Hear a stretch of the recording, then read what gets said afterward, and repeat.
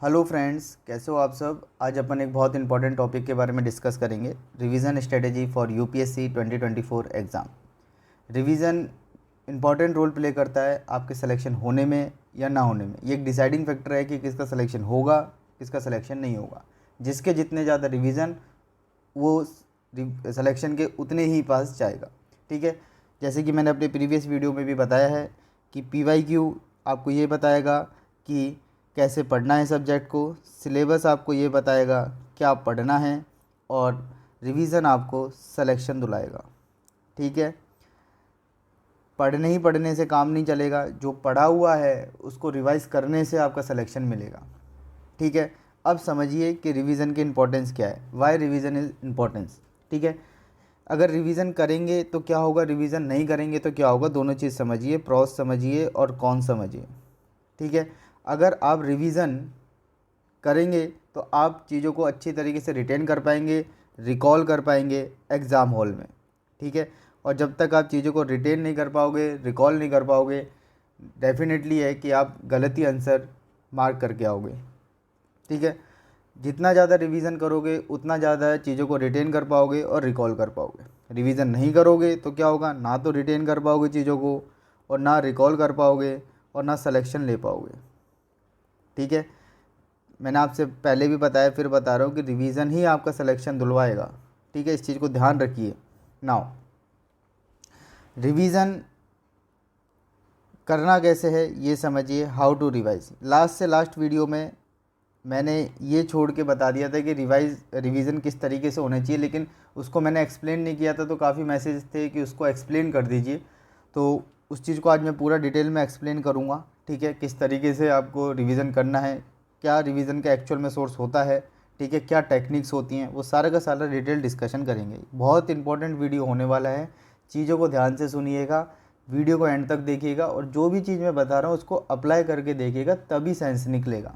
ठीक है, now how to revise. कोई भी टॉपिक पढ़ा आपने, जैसे मान लेता हूँ 1985 से लेकर 1947 आफ्टर फॉर्मेशन ऑफ कांग्रेस, या बहुत लॉन्ग टर्म टाइम पीरियड हो गया, स्वदेशी मूवमेंट ले लेते हैं 1905 1909 तक, या फिर 1909 का एक्ट, 1919 का एक्ट, 1935 का एक्ट, 1947 का एक्ट आपके मॉडर्न हिस्ट्री में। ठीक है, इसमें से कोई भी एग्जांपल ले लेते हैं, जैसे एक्ट्स ले लेते हैं अपन, 1909 का, 1919 का एक्ट हो गया। ठीक है, 1935 का एक्ट हो गया, 1947 का एक्ट हो गया। ठीक है, आपको पता ही है, जैसे मैंने अपनी वीडियो में भी डाल रखा है, जो मैं प्ले लिस्ट में डाली हुई है यूपीएससी सीएससी में, कि इंपॉर्टेंट एनसीईआरटी और जो इंपॉर्टेंट आपकी स्टैंडर्ड बुक हैं वो सारी मैंने डाल रखी है। मॉडर्न हिस्ट्री आप जैसे कि स्पेक्ट्रम में से पढ़ते। ठीक है, आपने ये सारे के सारे जितने भी गवर्नमेंट ऑफ इंडिया के एक्ट थे, 1909, 1919, 1935, 1947, आपने पढ़ लिया। अब इसमें जो प्रोविज़न थे आपने वो सारे रीड कर लिए। ठीक है, नाउ होता क्या है कि मान लीजिए आपने इस चीज़ को मॉर्निंग में पढ़ा, शाम तक आते आते, सेम डे की बात करो, शाम तक आते आते आपको इसका 10 to 20% ही याद रहता है, और ये फैक्ट है, और ये नेचुरल है, होता है, इससे कोई डरने की घबराने की बात नहीं है। ठीक है, पहली ही बार में अगर चीज़ें 50-60% याद हो जाएँ या 100% याद हो जाए तो फिर तो बात ही क्या, वो होता नहीं है। ठीक है, नाउ अगर इससे ज़्यादा आपको याद हो रहा है, 20% मान लीजिए, 30% या 40% आप चीज़ों को वन रीडिंग में याद कर पा रहे हैं। ठीक है, 20, तो आपका रिटेंशन पावर अच्छा है। ठीक है, इसमें अच्छी बात है, लेकिन नेचुरल चीज़ है कि कोई भी चीज़ आप पढ़ोगे, एक दिन बाद 2 दिन बाद उसका 10 या 20% ही आपको याद रहेगा। ठीक है, नाउ अब इस चीज़ को रेक्टिफाई कैसे करें, इस चीज़ को ध्यान रखें, समझें इस चीज़ को, क्योंकि अपन को तो 100% याद रखना है। जो भी हमने प्रोविज़न पढ़े हैं वो ऑन टिप्स होने चाहिए, चाहे प्रीलिम्स क्यों ना हो, चाहे मेंस क्यों ना हो। अब वो चीज़ समझे वो कैसे करनी है अपन को। ठीक है, नाउ देखिए, पहला रिवीजन आपने कोई भी टॉपिक पढ़ा, मान लीजिए जितने गवर्नमेंट ऑफ इंडिया के मैंने एक्ट बताए अभी, वो आपने पढ़े, स्पेक्ट्रम से पढ़े, पहला रिवीजन उसका 48 आवर्स में हो जाना चाहिए, मैक्सिमम टाइम बता रहा हूँ मैं ये। दूसरा रिवीजन इसका 15 डेज़ में हो जाना चाहिए, और तीसरा रिवीजन इसका 1 मंथ में हो जाना चाहिए। ठीक है, ये आपका मैक्सिमम टाइम पीरियड है। ठीक है, कोशिश ये करनी है कि ये जो 48 आवर्स मैं बोल रहा हूँ, मतलब 2 डेज़ का जो मैं आपको टाइम पीरियड दे रहा हूँ, कि इसका पहला रिवीजन 1 डे में हो जाए। ठीक है, बहुत अच्छी बात है, लेकिन नहीं हो पा रहा है, किसी भी रीज़न से कोचिंग जा रहे हो, क्लासेस ज़्यादा लग रही है, कोई बात नहीं, 2 दिन का टाइम लेके चलिए। ठीक है, क्योंकि चीज़ों को जितनी सिंप्लीफाई वे में चलोगे उतना ही आपको एंजाइटी भी कम होगी, प्रेशर भी कम होगा, और अच्छा रिजल्ट दे पाओगे।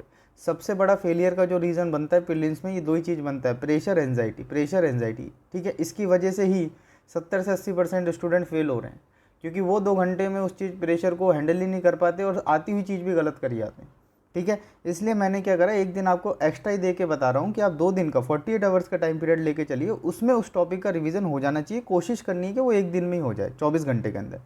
दूसरा रिवीजन आपका 15 डेज़ के अंदर मैक्सिमम टाइम पीरियड है, मिनिमम इसको 1 वीक के अंदर रखिएगा, 1 वीक के अंदर हो जाए बहुत अच्छी बात है। 1 मंथ तीसरा रिवीजन, ठीक है, इसको कोशिश करना कि 20 से 25 दिन में हो जाए। अगर 1 मंथ में भी हो रहा है कोई दिक्कत की बात नहीं है, ठीक है। कोशिश करिएगा कि 20 to 25 डेज़ में हो जाए। 1 मंथ में भी हो रहा है तो कोई दिक्कत नहीं। कहने का मेरा मतलब यह है कि अगर आपने गवर्नमेंट ऑफ इंडिया के एक्ट आपने सारे के सारे पढ़े 1909 से लेकर 1947 तक, ठीक है, उसका 1 मंथ के अंदर 3 रिवीजन आपके कंप्लीट हो जाने चाहिए, ठीक है। 3 रिवीजन ये तो मस्ट है, ठीक है। और रिवीजन मिनिमम कितने होने चाहिए सब्जेक्ट और टॉपिक्स के? 3, और मैक्सिमम कितने होने चाहिए? 5। ये आप अपने दिमाग में सेट कर लीजिए, ये एक रूल है किसी भी टॉपिक को याद करने का। Minimum 3 revision, maximum 5 revision. अब देखिए ये तो करना ही करना है, 5 से ज़्यादा कर रहे हो बहुत अच्छी बात है। नाउ मैंने आपको जैसे बताया हर स्ट्रेटेजी हर स्टूडेंट के लिए एप्लीकेबल नहीं रहती, वैसे ही हर स्टूडेंट के लिए ये कोई हार्डकोर रूल नहीं होता कि उसको 3 रिवीजन में ही 50 से 60% याद हो जाए। हालांकि होता ये है कि 3 रिवीजन लगाने के बाद आपके 50 से 60% तो टॉपिक की क्लियरिटी बन जाती है। रिमेनिंग 30-40% इस 2 रिवीजन में आ जाएगी, ठीक है। ये जो 2 रिवीजन बचे यहाँ पर आपके रिमेनिंग 30 से 40% जो बचा है टॉपिक का वो क्लियरिटी बन जाएगी। लेकिन हर स्टूडेंट के साथ ये तो सिचुएशन नहीं होगी। मान लीजिए उसे इकोनॉमिक्स समझने में बहुत डिफ़िकल्टी आती है, तो उसके तो 3 रिवीजन में ही 20 से 30% ही क्लियरिटी बन पाई सब्जेक्ट में।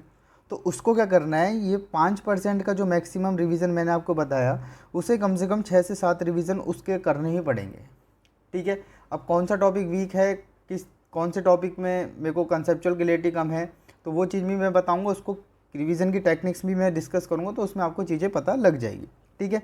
तो कोशिश ये करनी है कि पहला रिवीजन 48 आवर्स में हो जाए, दूसरा रिवीजन 15 डेज़ में हो जाए और तीसरा रिवीजन 1 मंथ में हो जाए। रिमेनिंग 2 रिवीजन आपके अपने हिसाब से शेड्यूल में मैनेज कर लीजिएगा। मैक्सिमम 5, चाहे टॉपिक में क्लियरिटी क्यों ना बन गई हो, लेकिन फिर भी 5 रिवीजन करने ही करने। होता क्या है ना, देखो जितने ज़्यादा आप रिवीजन करोगे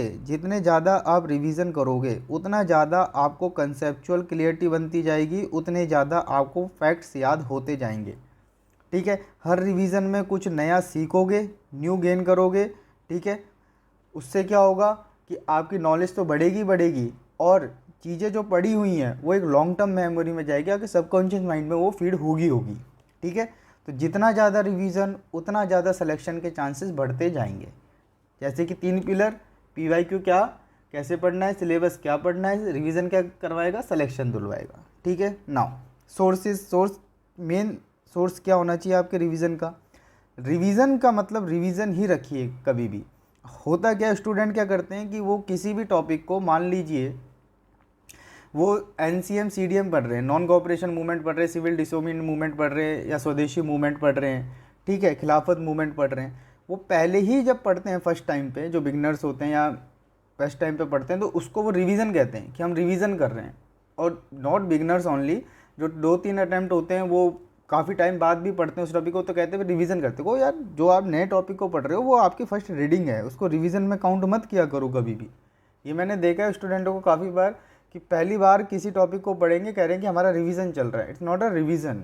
आप चीज़ को अभी पढ़ रहे हो, समझो। रिवीजन का मतलब क्या हुआ, आपने किसी भी चीज़ को पढ़ा, टाइम लेके आप उसको कम से कम टाइम में कंसाइज कर दो, वही तो रिवीजन हुआ। आपने कोई भी चीज़ पढ़ रखी है, अच्छा खासा टाइम दिया है उसको, अब आपको क्या करना है, मिनिमम टाइम में मैक्सिमम आउटपुट ला के देना है, ठीक है। पढ़ी हुई चीज़ को बार बार पढ़ोगे, वही तो रिवीजन हुआ। पहली बार पढ़ रहे हो वो थोड़ा ना रिवीजन हुआ। लेकिन ये चीज़ स्टूडेंट कहते हैं कि हम फर्स्ट टाइम किसी टॉपिक को पढ़ रहे हैं कि हमारा रिवीजन चल रहा है, फर्स्ट रिवीजन चल रहा है। फर्स्ट रिवीजन नहीं चल रहा है आपका, आपकी फर्स्ट रीडिंग चल रही है, पहली बार सब्जेक्ट को या टॉपिक को पढ़ रहे हो, ठीक है। नाउ सोर्सेज में मोस्ट इंपॉर्टेंट होता क्या है कि इस चीज़ को ध्यान रखिएगा, कभी भी रिवीजन करिए ना, रिवीजन बुक्स का लेके मत बैठ जाइएगा कभी भी। रिवीजन एक्चुअल में होता है नोट्स का, और नोट्स कौन से होने चाहिए, सेल्फ नोट्स, ठीक है, सेल्फ नोट्स। ना तो कोई टॉपर के नोट्स, ठीक है, ना कोई फ्रेंड के नोट, ठीक है। नोट्स क्या होंगे? सेल्फ नोट्स होंगे। अगर आप सेल्फ नोट्स बनाओगे तभी काम चलेगा, अदरवाइज़ दिक्कत आएगी आएगी। नोट्स बनाने पड़ेंगे, नोट्स मस्ट हैं, नोट्स मस्ट हैं सर, चाहे वो प्रीलिम्स के क्यों ना हो, चाहे वो मेंस के क्यों ना हो, ठीक है। बिगर नोट्स के काम नहीं चलेगा। होगा क्या कि बिफोर द प्रीलिम्स और बिफोर द मेंस दोनों की मैं बात कर लेता हूँ।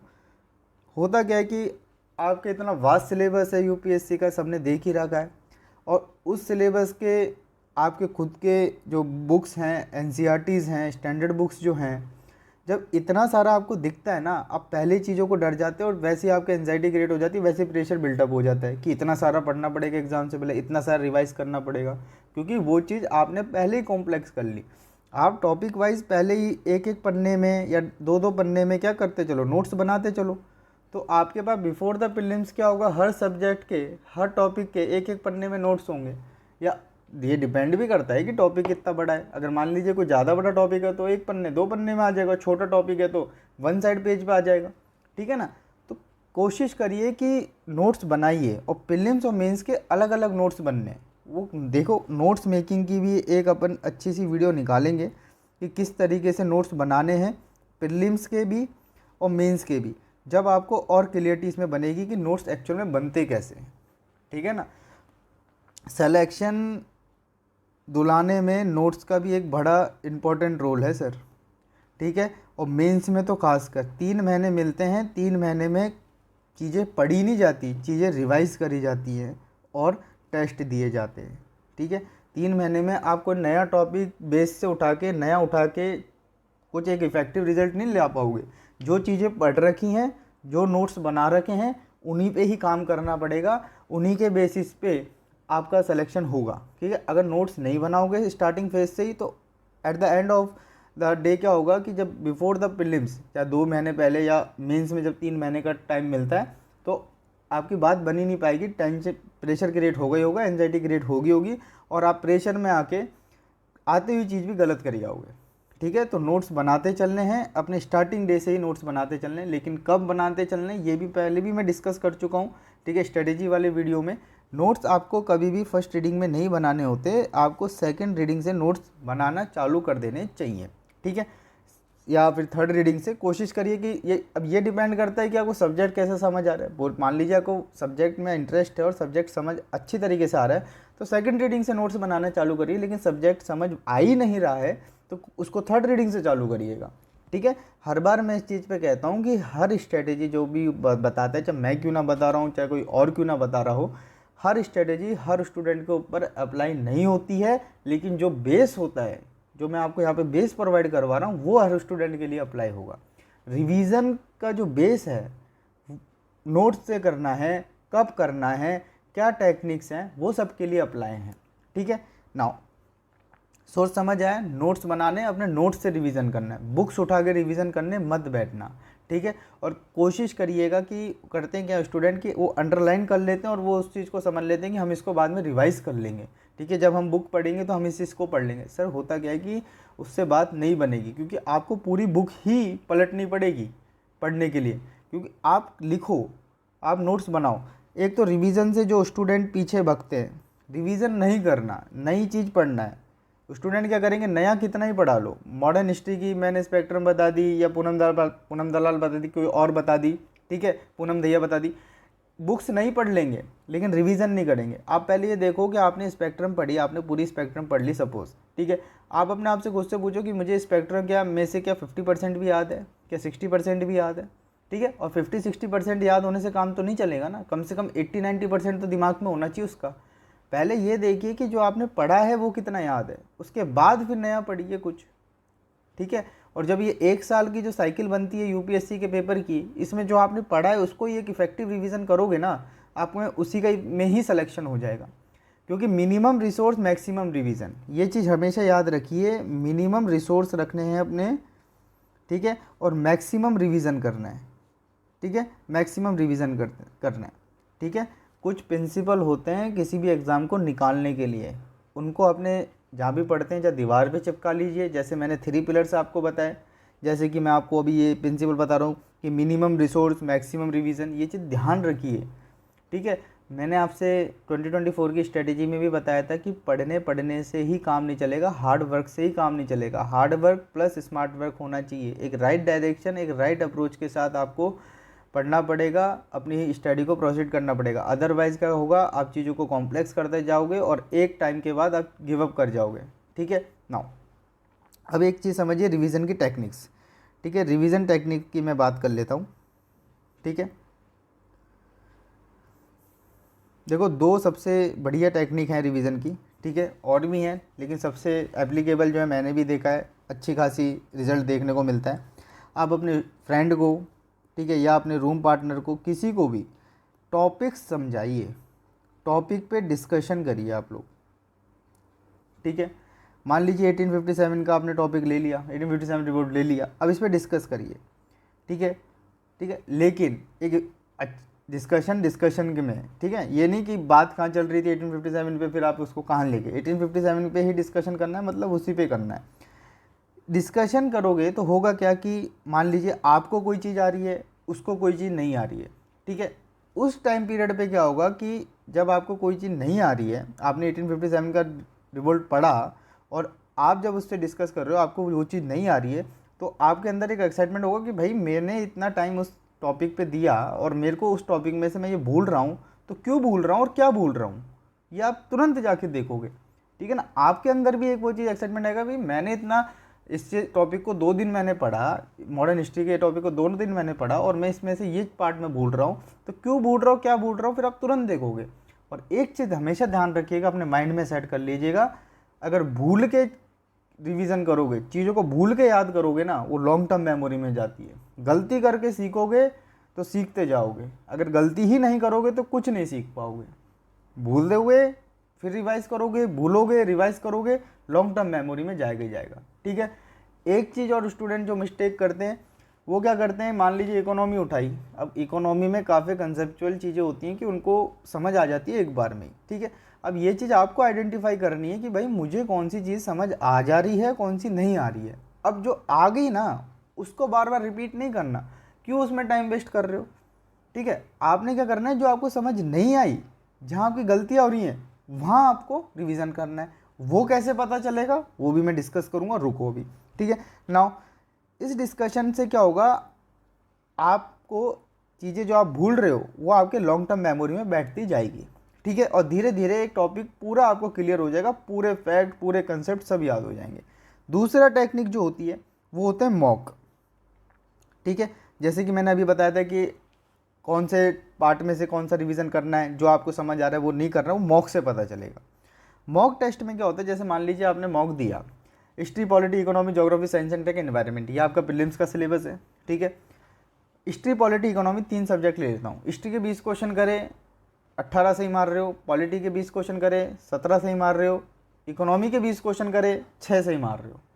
इस टाइम पे आपको क्या पता चल गया, भाई हिस्ट्री मेरी अच्छी है, पॉलिटी भी मेरी ठीक ठाक है, अच्छी है, मतलब 17 क्वेश्चन 20 में से मारो, ठीक है, अच्छा है। इकोनॉमी में जो मुझे है काम करना पड़ेगा, क्योंकि 20 में से मेरे ओनली 5 ही सही हैं। अब आपको समझ आ गया ना। अब आपने क्या करना है, आपने ये देखना है कि इकोनॉमी के जो 20 क्वेश्चन आए, क्या मैं सेक्शनल टेस्ट दे रहा हूँ तो सेक्शनल टेस्ट में से किस टॉपिक में से ये क्वेश्चन बने, और इस टॉपिक में से क्वेश्चन बने, और मेरी इसमें गलती क्या हुई, क्या मेरी ये सिल्ली मिस्टेक हुई है, क्या मुझे टॉपिक आता था कि मुझे टॉपिक ही नहीं आता था, ठीक है। यह आपको देखना पड़ेगा। अगर टॉपिक आता था और फिर आप गलती कर रहे हो, सिंपल सी बात है, लैक ऑफ रिवीजन होता है वो। अगर टॉपिक नहीं आता है तो जाके पढ़ो, ठीक है। ये चीज़ आपको क्या मॉक से ही पता चलेगी कि किस टॉपिक पे आपको ज़्यादा काम करना है, किसका आपको मैक्सिमम रिवीजन देना है। इसलिए कहते हैं कि मॉक्स का मोटिव समझिए, नंबर के लिए मॉक मत दीजिए। मैं पहले भी इस चीज़ को बता चुका हूँ। आपको मॉक से ये क्लियरिटी बन जाएगी कि भाई मुझे किस सब्जेक्ट पे, किस टॉपिक पे ज़्यादा टाइम देना है, और किस टॉपिक और किस सब्जेक्ट पे मुझे मिनिमम टाइम देना है, ठीक है। होता क्या है कि आपको पता लगता नहीं है कि मुझे किस पे ज़्यादा टाइम देना है और किस पे टाइम नहीं देना है, आप सबको ही एक साथ लेके चल देते हो, ठीक है। तो होता क्या है कि जो चीज़ समझ आ गई है, जो चीज़ याद है, उसका भी रिवीजन चल रहा है, उसमें भी टाइम वेस्ट हो रहा है। तो ऐसा नहीं करना है। वो चीज़ कैसे फिल्टर होगी, वो मॉक से फिल्टर होगी, ठीक है। टेस्ट दीजिए, टेस्ट का जो मतलब होता है, टेस्ट का जो मोटिव होता है, उस हिसाब से टेस्ट को दीजिए। नाउ ये 2 टेक्निक ही बहुत अच्छी हैं, इनसे अगर काम करोगे तो एक इफेक्टिव रिवीजन कर पाओगे। डिस्कशन से आपको ये क्लियरिटी हो जाएगी कि भाई ये टॉपिक है, मैं चीज़ें भूल रहा हूँ इस पर्टिकुलर टॉपिक में, आप जाके देखोगे आपके लॉन्ग टर्म मेमोरी में आएगा ही आएगा। ठीक है ना। मॉक टेस्ट से आपको ये पता लग जाएगा कि भाई मेरे को इस टॉपिक में मेरा वीक है, मैं इस टॉपिक को बार बार भूल जाता हूँ, इसमें सिल्ली मिस्टेक बार बार करता हूँ, तो आप उस टॉपिक का रिवीजन करिए जाके। ठीक है ना। अब मैं बात कर देता हूँ इंपॉर्टेंट बात, रिवीजन आपके टाइम मतलब शेड्यूल में, आपके शेड्यूल में क्या रेशो होना चाहिए, 75-70-25 का रेशो होना चाहिए। मतलब 75%, 75% आपका क्या होना चाहिए, न्यू मटेरियल पढ़ो, और 25% जो ओल्ड मटेरियल है उसका रिवीजन करो। अब ये जो मैं आपको रेशो दे रहा हूँ 75-25 का, ये फिक्स नहीं है, जैसे जैसे एग्ज़ाम पास आता जाएगा ये रेशो चेंज होता जाएगा, ध्यान रखिए। कैसे होगा समझो, 75-25 का रेशो क्या बनेगा, 70-30। ठीक है, 70% नया 30% पुराना, 60% नया 40% पुराना, 50% नया 50% पुराना, फिर 10% घटा दो, 40% पुराना, 60% नया, 60% पुराना, 30% नया, 70% पुराना, 20% 80, ठीक है, 10% 90, और फिर 100% रिवीजन ओनली। ये टाइम जो है, ये वाला टाइम, इसको कम करते चलो, जो नया जो पढ़ रहे हो इसको कम करते चलो जब पेपर आपका पास आते जा रहा है, और जो पुराना जो पढ़ रहे हो इसका टाइम बढ़ाते चलो जब पेपर आपका पास आ रहा है। ठीक है, तो रेशो किस तरीके से मैनेज करना है, किस तरीके से नया और पुराने मटेरियल को अपने शेड्यूल में मैनेज करना है, वो चीज़ भी सीखिए। ठीक है, जैसे जैसे आपका एग्ज़ाम पास आ रहा है उस टाइम पे इसमें क्या करना है कि जो न्यू मटेरियल आप पढ़ रहे हो, उसका टाइम पीरियड क्या करो, डिक्रीज़ करते जाओ, और जो ओल्ड मटेरियल जो है उसका टाइम जो है वो इंक्रीज़ करते जाओ। ठीक है, अब क्या होता है, स्टूडेंट के अंदर एक बहुत बड़ा फियर होता है कि भाई मैं ये जो पर्टिकुलर बुक पढ़ रहा हूँ क्या ये सफिशिएंट है कि नहीं है, कि ये दूसरी बुक जो बताई गई है मुझे टीचर या किसी सीनियर ने कि ये भी पढ़नी पड़ेगी, इससे तो मेरे क्वेश्चन हो ही नहीं रहे हैं जो बुक मैं पढ़ रहा हूँ। ठीक है, इससे पढ़ लूँगा तो क्या पता क्वेश्चन हो जाए। ये जो इतना जो सेल्फ डाउट जो आप बना लेते हो ना, इस चक्कर में क्या होता है कि आप सिलेक्शन से उतनी दूर हो जाते हो। एक सिलेक्शन ना होने का रीज़न एक ये भी बना हुआ है कि इतना ज़्यादा सेल्फ डाउट है कि भाई आप जो पढ़ रहे हो आपको उसको ऊपर ही बिलीव नहीं है कि ये कोचिंग के नोट्स पढ़ लूँ, ये सर के नोट्स पढ़ लूँ, ये बुक पढ़ लूँ। अरे सिंपल सी बात है, आप अपनी जब प्रिपरेशन स्टार्ट कर रहे हो, जो आपने डिसाइड कर लिया आप उस पर स्टिक रहो। ठीक है, क्वेश्चन वहाँ से क्यों नहीं हो रहा उसका रीज़न है आपने रिवीजन आपका प्रॉपर नहीं है। ठीक है, होता क्या है ये आप अब सुनना मेरी बात को, इस चीज़ को ध्यान से। ये क्वेश्चन है, इसमें A option, B option, C option, D option. ठीक है, मेन एग्जाम हॉल में क्या होता है, या तो 2 एलिमिनेट कर दोगे, ठीक है, या फिर 1 एलिमिनेट कर दोगे, इन 2 में कन्फ्यूज़न बनेगा। ठीक है, इन 2 में क्या होगा, कन्फ्यूज़न होगा। ये कन्फ्यूज़न क्यों है, ये कन्फ्यूज़न का सिंपल रीज़न है लैक ऑफ रिवीजन है ही नहीं, टॉपिक में क्लियरिटी बनी नहीं पाई, और टॉपिक में क्लियरिटी तभी बन पाएगी और फैक्ट तभी दिमाग में घुसेंगे जब जितना ज़्यादा रिवीजन होता जाएगा। ठीक है, आपको यूपीएससी में जीएस का पार्ट पढ़ना होता है, और जीएस वो चीज़ है जिसमें रिवीजन मांगता ही मांगता है। ठीक है, और जीएस के मैक्सिमम हर सब्जेक्ट ही आपको पढ़ने, ठीक है, और हर सब्जेक्ट के हर टॉपिक ही आपको कवरेज लेके चलनी है। यूपीएससी का क्या गेम है, आपको टॉपिक्स के बारे में चाहे कम ही क्यों ना पता हो, लेकिन आपको हर टॉपिक्स के बारे में थोड़ा थोड़ा पता होना चाहिए फॉर प्रीलिम्स। ठीक है, काफ़ी बार ऐसे होता है कि मान लीजिए आपको पेपर में काफ़ी क्वेश्चन नहीं आ रहे। देखो क्वेश्चन नहीं आ रहे तो ठीक है, आपने पढ़ा नहीं या टॉपिक छूट गया, कोई बात नहीं है। लेकिन जब ये कंडीशन आपकी बनती है ना कि 2 ऑप्शन आप एलिमिनेट कर पा रहे हो और 2 ऑप्शन आप नहीं, कन्फ्यूज़न हो रहा है, इसका रीज़न सिंपल सा ये है, रिवीजन नहीं था। ठीक है, और मैक्सिमम स्टूडेंट 90% स्टूडेंट यहीं फेल हो जाते हैं। 2 ऑप्शन एलिमिनेट हुए और 2 ऑप्शन में क्या हो गया, कन्फ्यूज़न हो गया। कन्फ्यूज़न क्यों हो गया, क्योंकि रिवीजन प्रॉपर नहीं किया। ठीक है, पढ़ा सबने है लेकिन रिवीजन से सब पीछे हटते हैं। होता क्या, नई चीज़ों सब अट्रैक्ट होंगे। फॉर एग्जांपल एक बार आप हिमाचल गए, हिमाचल में भी आप मनाली चले गए, शिमला चले गए। अब मैं दोबारा कहूँ या दोबारा मनाली शिमला चलें, नहीं जाओगे। अब आपने पहली चीज़ें देखी हुई हैं वहाँ पे। लेकिन उसी टाइम पे मैं आपसे कहूँ यार उत्तराखंड चलें, नैनीताल चलें, वहाँ चलें, आप कहेंगे नहीं चलते हैं, क्यों? क्योंकि नई नई चीज़ पे आप ज़्यादा अट्रैक्ट होंगे। एक एग्जांपल दे रहा हूँ आपको बस, ठीक है?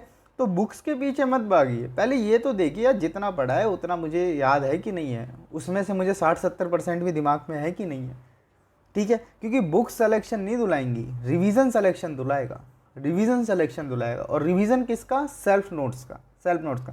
क्योंकि बुक्स का रिवीजन करने बैठोगे एग्जाम से पहले नहीं कर पाओगे। ये एक दो बुक नहीं है, 10 12 13 14 15 बुक हैं, ठीक है? चीज़ों को ध्यान रखिए। और फैक्ट्स के लिए एक चीज़ मैं बता देता हूँ, फैक्ट्स का सबसे अच्छा चीज़ क्या होती है रिवाइज करने के लिए? स्टिकी नोट्स, सबसे बेस्ट बता रहा हूँ। चाहे वो कोई से इन्वायरमेंट क्यों ना हो, पॉलिटी क्यों ना हो, इकोनॉमी क्यों ना हो, जहाँ भी आप पढ़ते हो स्टिकी नोट्स लगा लो, ठीक है? उस पर पॉइंट फॉर्मेट में लिख लो, ठीक है?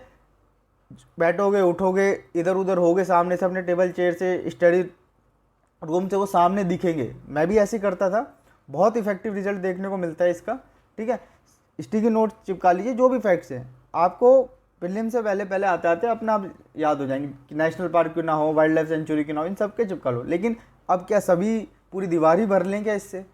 अब ये कैसे पता चलेगा? ये आपको पता चलेगा PYQ से, ठीक है? क्योंकि नेशनल पार्क पूछ रहा है या वाइल्ड लाइफ सेंचुरी पूछ रहा है, ये सब क्या होता है ना कि ऐसे ही नहीं कोई सी भी उठा के पूछ ली, ये आपका स्टैटिक प्लस करंट मिक्स हो जाता है। फिर कहीं ना कहीं या तो करंट में रहा होगा, या इस साल नहीं होगा तो पिछले साल रहा होगा, ठीक है?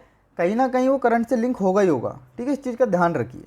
ओके, नाउ एक चीज़ और, कभी भी आप बुक को पढ़ रहे हैं ना, ध्यान रखिएगा, मैं एक आपको बहुत अच्छी एडवाइस दे रहा हूँ, इस चीज़ को ध्यान रखिएगा। एक्टिव रीडिंग करिए हमेशा। क्या करनी है? एक्टिव रीडिंग करनी है।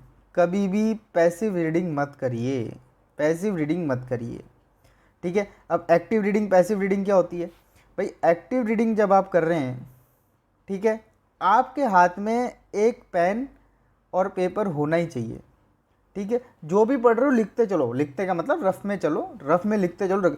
उससे क्या होगा ना, अगर आप लिखोगे ना और जब आप किसी भी चीज़ को पढ़ रहे हो फिर आप लिख के उसको पढ़ रहे हो ना, आपको वो ज़्यादा टाइम तक याद भी रहेगी और एक अच्छा आपको चीज़ें समझ में आएंगी। अब पैसिव रीडिंग में क्या होता है?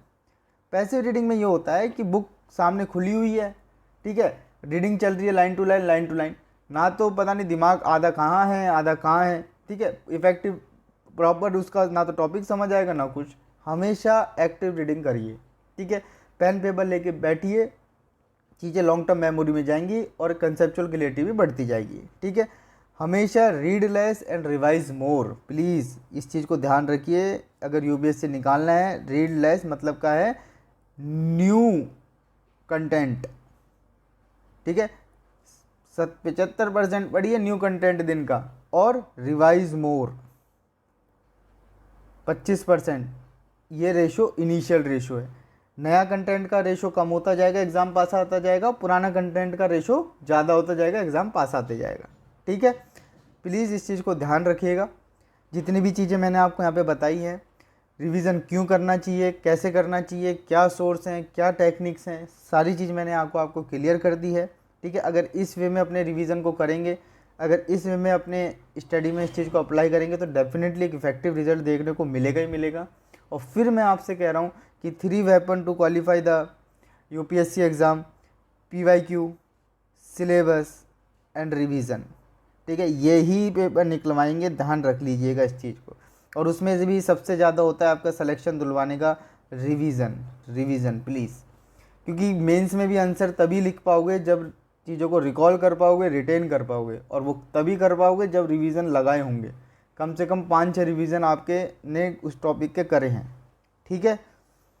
ओके, नाउ एक और चीज़, ये सारा हो गया। हाँ, नोट्स मेकिंग के लिए कि नोट्स कैसे बनाने हैं, ठीक है? नोट्स मेकिंग के लिए एक अलग से वीडियो रिलीज़ करेंगे। प्रीलिम्स के नोट्स कैसे बनेंगे, मेंस के नोट्स कैसे बनेंगे, वहाँ आपको ये चीज़ भी क्लियर हो जाएगी। क्योंकि नोट्स क्या होता है ना, सिलेक्शन में बहुत इंपॉर्टेंट रोल प्ले करता है। क्योंकि एग्ज़ाम से पहले नोट्स ही काम आते हैं, लेकिन खुद के, किसी फ्रेंड के नहीं, ठीक है? किसी टॉपर के नहीं, खुद के नोट्स, ठीक है? टॉपर के नोट टॉपर के काम आए, फ्रेंड के नोट फ्रेंड्स को काम आए, आपके नोट आपको काम आएंगे, ठीक है? नोट्स बनाइए, इससे पीछे मत हटिए, रिवीजन करिए, इससे पीछे मत हटिए, ठीक है? रिवीजन में वो स्टूडेंट कहते हैं भाई बोरियत फील होती है, भाई बोरियत फील होती है तो क्या करें, सिलेक्शन भी तो लेना है ना, आईएएस भी बनना है, आपने आईएएस भी बनना है, तो रिवीजन करना ही पड़ेगा, रिवीजन के बगैर काम चलेगा ही नहीं। ठीक है, now please subscribe a channel, share a video and like a video, जितना हो सकता है उतना मैक्सिमम शेयर करिए। ठीक है, और भी स्टूडेंट को बेनिफिट मिले। ठीक है, और भी वीडियोस लाएंगे अच्छी अच्छी करंट अफेयर की, जल्दी G20 पे वीडियो रिलीज़ करते हैं 1-2 दिन में। Okay, thank you and have a good day, bye.